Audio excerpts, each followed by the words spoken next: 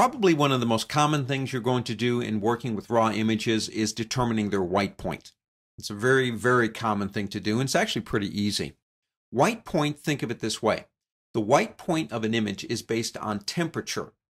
Think of a big pot-bellied stove that has got all this wood and coal or whatever in it, and it's glowing because it's so hot. At what temperature does it need to glow to where the eye would see it glowing with the color white, not yellow, not red, white point? The sun has a Kelvin temperature for white. Tungsten lights, fluorescent lights all have a value for that white point, and that's what we need to determine. Because remember what happens with a raw image. Raw images don't make any assumptions. We have to do this. Let's open up an image, double-click it right here, say. Open up that same one. And as I always like to do, I do like to come over here and grab in this button right here and make a snapshot of the basic one. So click the new button, we'll call it basic. Without any changes, I guess would be another way to say that. We have our basic. Let's come back over here. This button right here gives us basic stuff. White balance. A couple of ways we can do this.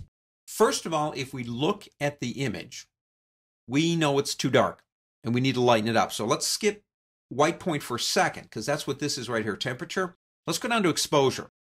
Let's change the exposure, just as if we're in front of the camera and changing our shutter speed. You will notice if I lighten it up, it's getting better, but the color is wrong. That's because our Kelvin for white point. I know that what's on this image in terms of exposure is tungsten lighting. Tungsten lighting runs temperature of about 2850. If I come up here, this would be the first way of 3. This would be the manual way. That number right here, I can basically come over here and move that slider until I get, say, to about 2850, and if you'll notice, it is turning it into white. I can then maybe change the exposure a little bit more, lighten or darken it. I achieved what I wanted to do. I've got it into white because I know it was on tungsten. That would be one way. Manually adjust it because you know the temperature. For example, the sun's around 5800 Kelvin. You know the number, you can adjust it. Typically, it's going to work. Let's go back into our snapshots and go back to our original. Let's come back over here again. Another way is using their presets. If you come here, we're white balancing a shot. That's not working for us. If you click this button, you've got auto, daylight, cloudy, shade. There's tungsten. And it'll put us right about in the same place, 2850. If we then lighten up our exposure, we've done it again. Let's go back and put it back the way it was for a third way. Back to basics. Andy, I'm not sure where my temperature is. I've tried a couple of the presets. I know the 58 sun and the 2850 tungsten, but it doesn't really seem to be working for me here. So what's my next option? This button right here that looks like an eyedropper is not a color sample button. It is a white balance button.